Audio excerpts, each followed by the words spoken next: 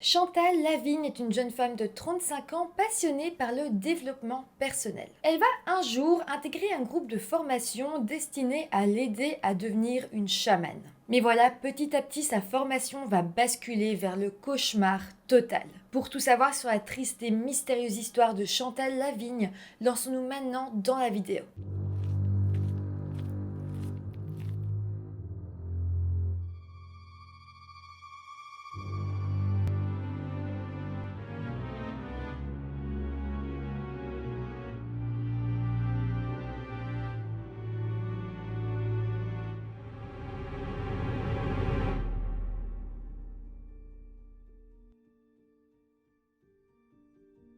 Hello tout le monde, j'espère que vous allez bien. Alors aujourd'hui, je vous reviens avec une histoire québécoise qui m'a été proposée sur Instagram.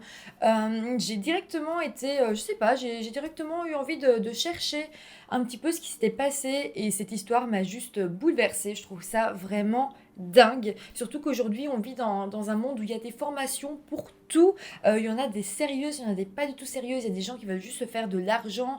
Il y en a qui ont des bonnes intentions. Mais voilà, il faut toujours faire attention avec les formations non professionnelles comme ça. Donc ici, je vais vous donner un exemple d'une formation où la personne aurait dû faire un petit peu, beaucoup plus attention. Avant de commencer la vidéo, comme d'habitude, je vous rappelle de vous abonner à la chaîne si ce n'est pas encore fait. Vous pouvez aussi vous abonner à mon compte Instagram. Et puis maintenant, lançons-nous dans la vidéo. Chantal Lavigne est une femme de 35 ans qui vit dans la région de Québec, au Canada. Elle est diplômée en bureautique et en 2017, elle était secrétaire dans un bureau. D'ailleurs, selon ses collègues, Chantal est connue pour sa fiabilité et son caractère responsable des questions financières. Chantal a aussi un compagnon, Patrick No, avec lequel elle est mariée et avec qui au début de l'histoire, elle a un enfant. Son compagnon Patrick est amateur de médiéval et d'ailleurs le couple s'était marié sur le thème du médiéval. Ils sont ensemble depuis 10 ans mais ils se sont mariés assez récemment. Le couple s'aime et ils s'entendent à merveille. Patrick travaille dans le spectacle médiéval et donc Chantal est vue comme celle qui a plus les pieds sur terre dans le couple et Patrick c'est l'artiste donc Chantal disons que c'est elle qui gère les questions financières. Chantal est passionnée par le développement personnel, l'agriculture biologique et les médecines alternatives. D'ailleurs, en 2007, donc au moment des faits, une amie à elle va lui parler d'un groupe que Chantal va avoir envie de rejoindre. C'est donc un groupe de développement personnel qui se situe à Estrie, une région de la province de Québec. Lorsqu'elle arrivera dans ce groupe, elle dirait dans un premier temps être intéressée par le Reiki, mais aussi par les différentes formes de guérison énergétique. Au cours de 4 années, elle va donc participer à de nombreuses formations et donc elle va vraiment explorer tout ce qu'elle aime, tout ce qu'elle a envie d'apprendre et elle va se sentir vraiment heureuse dans ses formations. Pour vous parler quand même un petit peu de ce groupe de développement, il est mené par une femme qui s'appelle Gabrielle Fréchette et qui a 53 ans. Gabrielle se fait parfois appeler Serena, mais bon, on va continuer à l'appeler Gabrielle, c'est plus facile ici. Et donc, elle était active dans le milieu depuis 20 ans déjà au moment des faits, et elle disait être habitée par l'esprit de l'être mythique Melchisédek. Donc, la traduction de Melchisédek en français, c'est roi de justice. Il apparaît en fait dans le livre de la Genèse de Abraham, et il y est présent comme roi de Salem. Il est aussi présent dans le Nouveau Testament, et là-bas, il y est présenté comme le grand prêtre pour toujours. Donc voilà, Gabrielle, cette femme qui tient le groupe, est donc présentée comme une femme habitée par Melchisédek, qui est donc le grand prêtre et cette entité parlerait à travers son corps. Elle dira aussi que plus de 2000 personnes ont suivi ces formations à travers le monde. Il faut savoir aussi qu'en 2007, au moment où Chantal a intégré le groupe, eh bien Gabrielle avait son petit cabinet et elle recevait les gens chez elle, donc dans son cabinet, pour des consultations plus privées. Ce cabinet, lui, se situait à Sainte-Hélène de Chester et c'est d'ailleurs dans ce cabinet en particulier qu'a eu la première rencontre entre Chantal et Gabrielle. Dans ce premier entretien, Gabrielle va parler à Chantal de ses vies antérieures. Alors il y a des enregistrements de ça. Donc dans cette vidéo, je vais vous mettre plusieurs petits enregistrements à des moments. Il faut savoir que c'est des vrais, donc c'est vraiment ceux pris sur le moment, c'est pas des reconstitutions. Et donc ici, vous allez voir, c'est donc Gabrielle qui parle à Chantal. Mais bon, c'est pas vraiment Gabrielle, c'est donc Gabrielle habitée par l'entité Melchisédek. Dans un village de l'île de Crète, où vous viviez à cette époque. Vous étiez un être chamanique. En fait, Gabrielle va expliquer à Chantal qu'elle était chamane dans une autre vie. Mais elle dira aussi qu'avec le temps, dans ses différentes vies, Chantal s'est éloignée un petit peu de son but, de sa mission sur Terre, que de base, donc elle devait être chamane, mais qu'elle ne l'a pas fait ni dans cette vie-ci. Donc elle dit en gros à Chantal qu'il n'y a pas de souci, qu'elle va l'aider à accomplir sa mission sur Terre et donc à devenir chamane. Et ça tombe bien, justement, elle fait des formations. Nous sommes à vous révéler tous les plus grands secrets de votre âme. C'est le commencement d'une existence nouvelle. C'est donc à ce moment-là que Chantal intègre le groupe de développement personnel. Du côté de Gabrielle, peu de temps après, dans l'année 2007, donc vraiment au même moment, son bureau de consultation privée va être fermé parce qu'elle a fait faillite et elle se concentrera seulement sur ses formations qui lui rapportent quand même pas mal d'argent, on va pas se le cacher. Mais voilà, il y a une petite technique dans les formations, c'est qu'en fait, Gabrielle va se permettre d'offrir ses formations à un prix très élevé. Mais voilà, elle explique qu'en suivant ces formations, ses élèves seront capables de par la suite donner cours eux-mêmes et même peut-être donner cours avec elle. Donc, ça motive les gens, ils se disent ok, c'est pas simplement une petite formation pour apprendre, je vais être une pro, je vais pouvoir moi-même donner des cours et après peut-être gagner de l'argent. Donc, c'est normal que je dépense un peu plus dans cette formation, vu qu'après, je serai moi aussi capable de me faire de l'argent avec cette profession. Mais voilà, Chantal participait à de nombreuses activités du groupe et elle participe aussi aux voyages organisés à l'étranger. Donc voilà, Chantal elle devient un membre de plus en plus actif de ce groupe. Évidemment, ça coûte très cher. Mais ça l'aide beaucoup psychologiquement, elle se sent beaucoup mieux, elle a l'impression de faire du chemin, elle va bientôt devenir chamane, c'est quand même quelque chose qui lui tient à cœur. Et c'est vrai, ça coûte de l'argent, mais en même temps, il faut bien que Gabrielle, elle vive, elle est déjà gentille d'offrir des formations, ça lui prend tout son temps, donc c'est pas grave, ça coûte cher, mais c'est pas grave. Mais voilà, il faut savoir aussi que Chantal approchait les ateliers avec un certain esprit critique, elle arrivait à remettre certaines choses en question, elle n'était pas crédule, ça lui arrivait même de tenir un peu tête à Gabrielle. Donc, c'est vrai que Chantal était pas forcément très naïve, c'était pas la plus naïve du groupe, elle se rendait quand même compte de certaines choses, mais voilà, elle rentrait quand même dans ce groupe en se disant je vais devenir chamane, elle y croyait dur comme fer, elle était sûre que ce que Gabrielle lui apprenait était normal, que vraiment ça l'aidait dans son chemin, dans le plus profond de son corps, donc ça elle y croyait quand même. Mais nous sommes maintenant en 2009 et ça fait 2 ans que Chantal est dans ce groupe. Elle va tomber enceinte à ce moment-là de son deuxième enfant et pour ça elle va prendre une année entière de congé à son travail. Il faut savoir que pendant cette année de congé à son travail, elle va augmenter le rythme des formations et elle se dit même, je fais tellement de formations, je deviens tellement calée que je vais peut-être ne plus reprendre ce travail-là et me réorienter et moi-même peut-être offrir des massages énergétiques à des gens, les accueillir chez moi. Donc elle se dit, je vais pouvoir faire ça après et abandonner mon travail, je vais être tellement mieux. Donc viens, je continue les formations encore plus, là j'ai de la chance. Comme je suis enceinte, c'est pas grave de pas aller au travail. Donc vraiment, tout s'offre à elle. Bon, son mari Patrick, lui, croyait pas vraiment à toutes ces pratiques, mais malgré tout, il soutenait quand même sa femme. Chantal va alors signer un contrat de 3 ans pour les formations de Gabrielle et on sait que plus elle participait aux formations, moins elle était proche de ses proches, de sa famille et plus elle se renfermait sur elle-même, elle devenait beaucoup plus tournée vers l'énergie, etc. Mais voilà, c'était ses formations en premier et pour elle c'était plutôt quelque chose du monde du travail, c'était vraiment une formation pour le travail. Mais voilà, le groupe organisait aussi des retraites où là, bah voilà, tu restes un petit temps en retraite sans téléphone, tu vois pas l'extérieur, tu es juste avec les membres du groupe, c'est un chemin initiatique de l'intérieur. Alors c'est super. En fait, je critique pas du tout cette pratique, c'est vraiment important de le comprendre. Je critique ce que Gabrielle a fait, c'est vraiment ça, il faut le comprendre. Et elle organisait des retraites très souvent qui durait des semaines avec toujours les mêmes personnes. Et donc, ça lui permettait aussi de couper un petit peu les membres du groupe du monde extérieur. Mais est-ce qu'il le faisait consciemment ? C'est fort possible. Bon, pour ce qui est de Patrick, le mari de Chantal, on va pas se cacher que au bout d'un moment, ça a commencé à le déranger que sa femme ne soit jamais à la maison. En fait, elle venait d'accoucher et pourtant, elle s'éloignait, elle était pas vraiment proche de lui et de ses 2 enfants et ces formations bouleversaient vraiment tout l'équilibre familial. Le pire, c'est que plus les membres du groupe faisaient des retraites, plus Gabrielle commençait à leur faire peur en fait. Elle disait, si vous arrêtez en plein milieu de la retraite ou si vous n'y allez pas, l'univers risque de vous renvoyer des choses négatives. Il risque d'arriver quelque chose de néfaste dans votre vie, peut-être un drame. Donc allez à ces retraites parce que c'est comme ça que vous devez apprendre la vie. On apprendra aussi que petit à petit, Gabrielle disait plus seulement ça pour les retraites, mais aussi pour ses formations.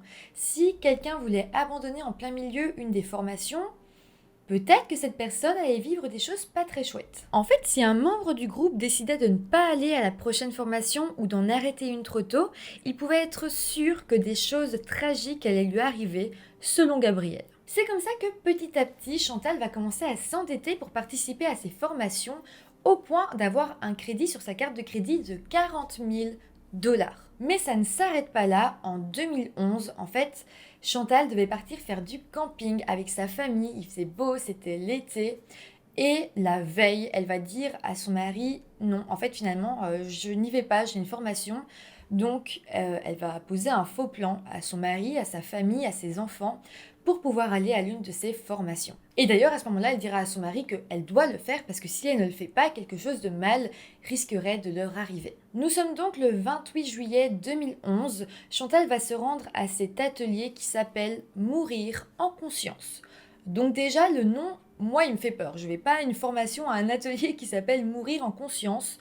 Donc, on doit se rendre compte que les membres du groupe étaient déjà bien endoctrinés dans ce qu'ils faisaient. La formation avait lieu dans un local qui avait été loué à Durham Sud. Pour vous parler de ce local, c'est en fait une petite fermette que Gabrielle avait louée à l'année pour pouvoir aller sur place faire ses formations.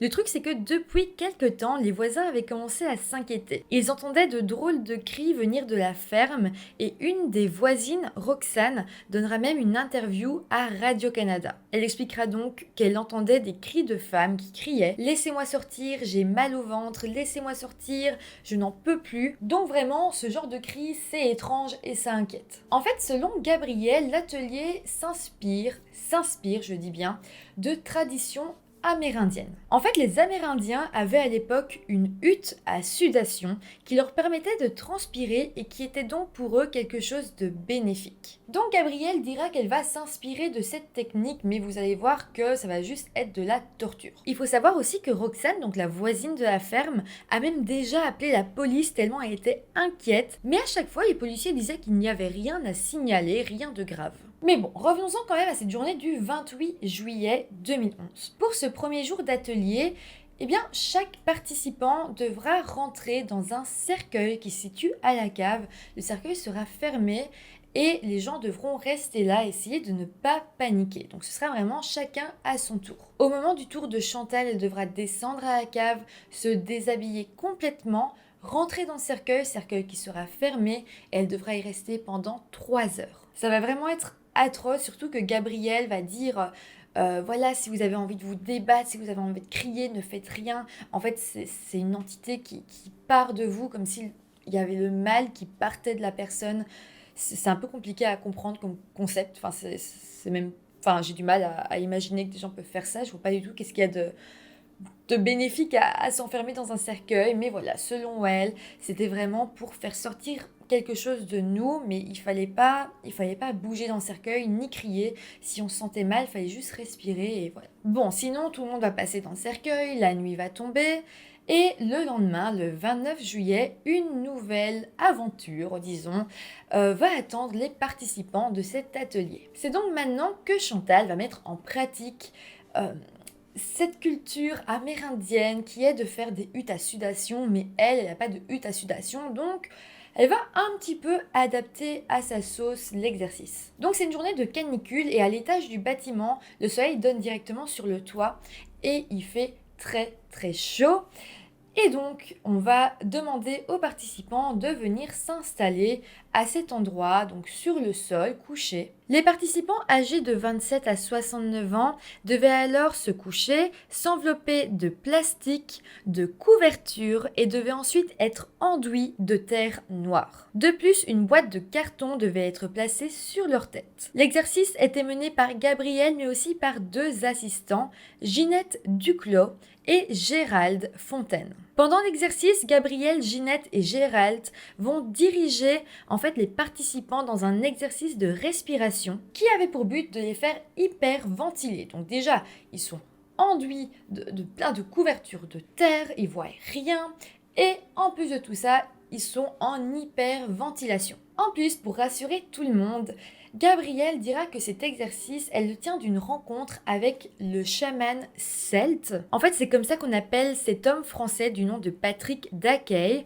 qui lui est aussi un chaman. Par contre, ce chaman en question niera toute sa vie avoir formé cette femme et il expliquera que si Gabrielle tente de pratiquer ces techniques, elles sont en fait extrêmement différentes et dangereuses. Lui, il met pas la vie de gens en danger et donc il explique que Gabrielle, il a jamais rien enseigné à Gabrielle, mais en plus elle a aucune formation en médecine, même pas une petite, donc elle sait pas du tout ce qu'elle fait, elle met la vie de tout le monde en danger en faisant ça, tandis que lui, ce chaman français, il a quand même un petit peu de formation en médecine, il sait ce qu'il fait et il met la vie de personne en danger, c'est juste, il fait son truc de chaman et lui, c'est un chaman qui est un peu moins problématique, enfin qui n'est même pas problématique par rapport à Gabriel. Donc voilà, Gabriel aurait appris ça de ce chaman reconnu, donc tout le monde est en mode « Ah oui, super, cette technique vient de ce chaman, donc on a confiance ». Sauf que non, Gabriel ment ou en tout cas, elle ne comprend rien à ce que fait l'autre chaman parce qu'elle fait pas du tout la même chose. Donc, revenons-en à cet exercice de sudation. Chantal et les 8 autres participants resteront entre 5 et 9 heures dans cette position sans eau ni nourriture. D'ailleurs, là, il va y avoir un petit enregistrement que je vais vous passer. C'est vraiment, vraiment malsain, je trouve. Écoutez et vous me direz en commentaire ce que vous en pensez, mais je trouve ça extrêmement malsain. Vous momifiez l'être dans sa terre, vous le momifiez par la couverture et vous remomifiez du plastique. Oh, excellent. À un moment donné, 3 participants vont décider d'abandonner et une autre participante, elle, va tout simplement faire un malaise, mais un très gros malaise. Voyant que tout le monde commence un petit peu à se poser des questions, à arrêter, etc., Gabrielle va stopper l'exercice d'elle-même et elle va décider d'appeler une ambulance pour cette personne qui a fait un malaise. En plus d'avoir fait un malaise, cette personne était en hypoglycémie, donc vraiment elle n'allait pas très bien. Mais à un moment donné, ils vont se rendre compte que cette femme n'est pas la seule à ne pas aller bien du tout. Ils vont se rendre compte que Chantal est toujours enduite. Elle n'a pas bougé, elle ne s'est pas relevée au moment où on a mis fin à l'exercice et elle est en fait complètement inanimée. Les participants du groupe vont essayer de la réveiller, mais elle ne se réveille pas. Elle est vivante, mais elle ne se réveille absolument pas. À ce moment-là, Gabrielle appellera une deuxième fois les secours qui vont arriver assez rapidement sur les lieux. À leur arrivée, ils vont se rendre compte qu'il fait très chaud et très humide dans la pièce. Ils vont aussi remarquer qu'il y a des sacs de couchage, des couvertures, des bâches en plastique, de la terre noire et des boîtes de carton partout sur le sol. Mais pire, ils vont même y voir des traces d'excréments et même de vomi. Ils vont poser plusieurs questions à Gabrielle, mais elle va avoir vraiment du mal à leur expliquer qu'est-ce qui se passe vraiment ici. Un des ambulanciers, trouvant vraiment la situation étrange, va appeler la Sûreté du Québec pour qu'ils viennent en renfort, parce que vraiment, il se dit qu'il y a quelque chose de pas normal dans cette situation. Les ambulanciers vont eux de leur côté remarquer que Chantal respire rapidement, mais vraiment rapidement, alors que son taux d'oxygène est au plus bas. De plus, ils noteront que ses pupilles ne réagissent plus à la lumière. Chantal sera alors transportée à l'hôpital Sainte-Croix de Drummondville et sur place, elle verra un urgentiste. L'urgentiste dira que même quand Chantal avait été refroidie, mais vraiment refroidie, sa température corporelle était toujours de 40,6 degrés. Ils diront aussi qu'elle était en déshydratation sévère et en état de choc avancé. En fait, ses organes ont manqué d'oxygène pendant longtemps, ils sont complètement déshydratés, ils sont manqués d'eau aussi, et donc on va essayer de la réhydrater par moelle osseuse. Elle sera ensuite transférée vers un autre hôpital, l'hôpital de Fleurimont à Sherbrooke, où elle décédera malheureusement peu de temps après. Finalement, son corps sera vu par un médecin légiste qui dira que Chantal est décédée à cause d'une hyperthermie.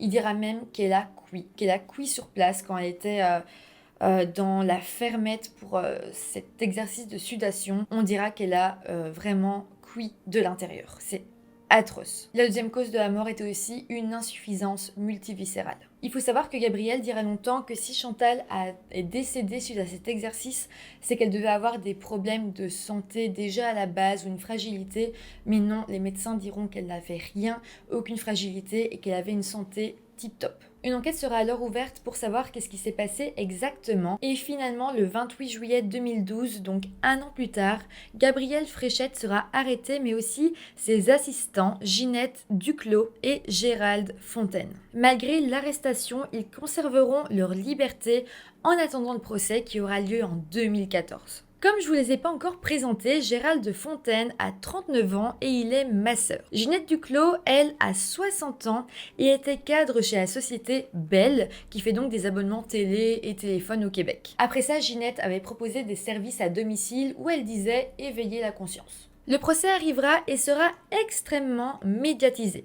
Il commencera le 14 octobre 2014. Les 3 accusés vont alors plaider non coupables. Ils étaient accusés de négligence criminelle ayant causé la mort. Ils diront que la mort de Chantal était en fait un accident étant donné toutes les précautions qui avaient été prises. Ils diront donc que ces précautions, c'était que les participants avaient le droit d'arrêter l'exercice quand ils le voulaient. Pour comprendre un petit peu mieux le procès, il faut savoir qu'au Canada, la justice ne s'intéresse pas vraiment aux convictions religieuses des personnes.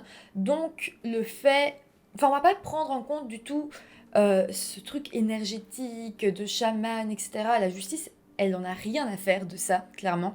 Donc là, on va juste voir Gabrielle comme une personne qui a négligé quelqu'un, qui a poussé des gens à faire des choses qui les mettaient en danger. On va pas du tout se dire ok, mais en fait, elle est habitée par l'esprit de cet être mythique, mais pas du tout.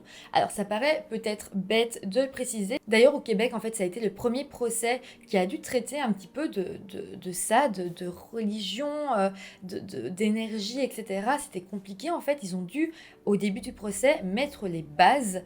Parce que voilà, ici, on mélange quand même un petit peu le surnaturel. Donc, voilà, c'était important de préciser que le procès, ils n'en ont rien à faire du surnaturel, on parle de faits et rien d'autre. Mais donc voilà, pour obtenir une condamnation de négligence criminelle ayant causé la mort, il faut prouver que les organisateurs étaient responsables d'une activité objectivement dangereuse sans prendre toutes les précautions nécessaires. Le témoignage le plus important sera donc celui de l'urgentiste qui s'est occupé de Chantal à son arrivée à l'hôpital. L'urgentiste dira une phrase qui condamnera directement Gabrielle. En fait, il expliquera que la pratique est dangereuse, peu importe qu'un participant puisse arrêter quand il veut.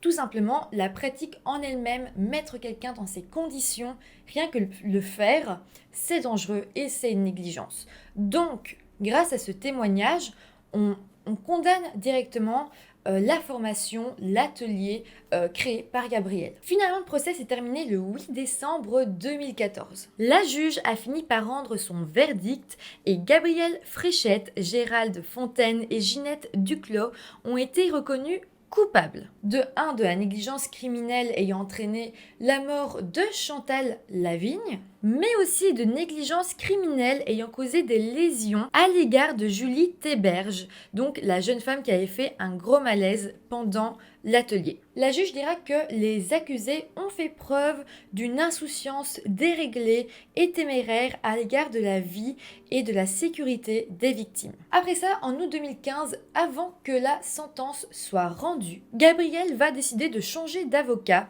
ce qui retardera la détermination de la sentence. À ce moment-là aussi, Gabrielle dira avoir mis totalement fin à ses ateliers, que voilà, elle a compris la leçon et qu'elle ne recommencera plus à faire des formations. C'est finalement le 29 janvier 2016, donc quand même pas mal de temps plus tard, que la juge donnera son verdict. Gabriel Fréchette sera condamné à 3 ans ferme d'emprisonnement et pour ses 2 assistants, ils seront eux condamnés à 2 ans ferme d'emprisonnement. La juge dira d'ailleurs: le tribunal estime qu'il s'agit de la seule façon de dissuader ces personnes de se livrer à de telles activités et aussi d'en éviter la prolifération.